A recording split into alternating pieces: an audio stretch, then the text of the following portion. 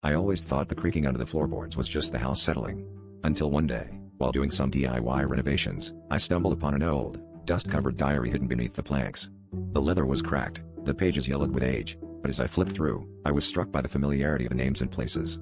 The diary detailed a life remarkably similar to that of my neighbor, Mr. Harlan, who had lived next door for decades.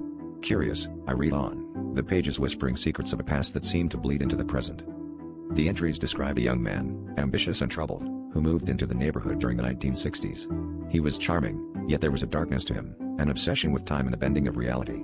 As the diary progressed, it hinted at experiments conducted in the basement, attempts to manipulate time itself. My heart pounded as I realized the descriptions matched the layout of my own house. But the most unsettling part was a list of dates, each one marked by strange occurrences, sudden temperature drops, objects moving on their own, and whispers in the dead of night.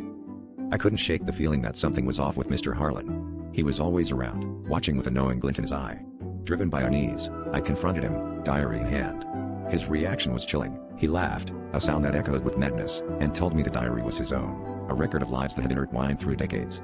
He claimed the house was a nexus, a place where time looped back on itself, trapping those who dared to meddle with its flow. He spoke of a bargain he made long ago, one that allowed him to remain unchanged while the world aged around him.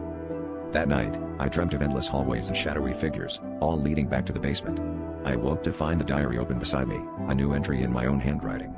Panic surged through me as I read words I didn't remember writing, detailing a life in a house that was no longer mine alone. A sense of dread washed over me as I realized the truth. I was now part of the loop, another ghost in the pages of the diary, forever bound to the house and its secrets.